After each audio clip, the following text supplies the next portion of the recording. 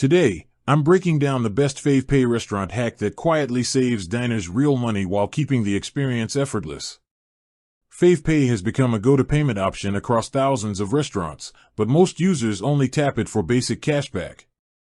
The real advantage lies in combining timing, stacking, and redemption strategy to reduce your final bill far more than the default rewards suggest.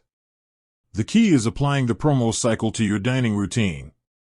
Restaurants on FavePay regularly rotate boosted cashback rates, sometimes jumping from a standard 5% to as high as 20% depending on off-peak hours or midweek traffic.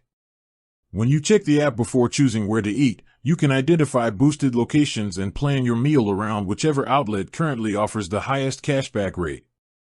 That single shift can turn a $40 dinner into an effective $32 spend without changing what you order.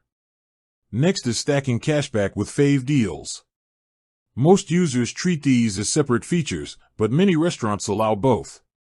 You purchase a Fave deal voucher, often discounted between 10% and 30%, then pay the remaining bill through FavePay to earn cashback on top. For example, buying a $20 voucher for $14 instantly saves $6, and paying the remainder with an active 10% cashback boost returns more value the moment the transaction clears. Another part of the hack comes from using the cashback strategically rather than immediately.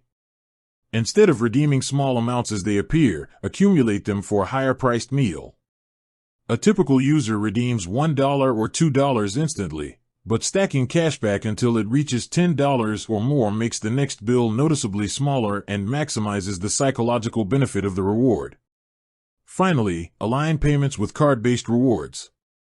Many debit and credit cards offer additional cashback or dining perks even when used through FavePay. Combined with boosted rates and deal stacking, the total savings quietly compound.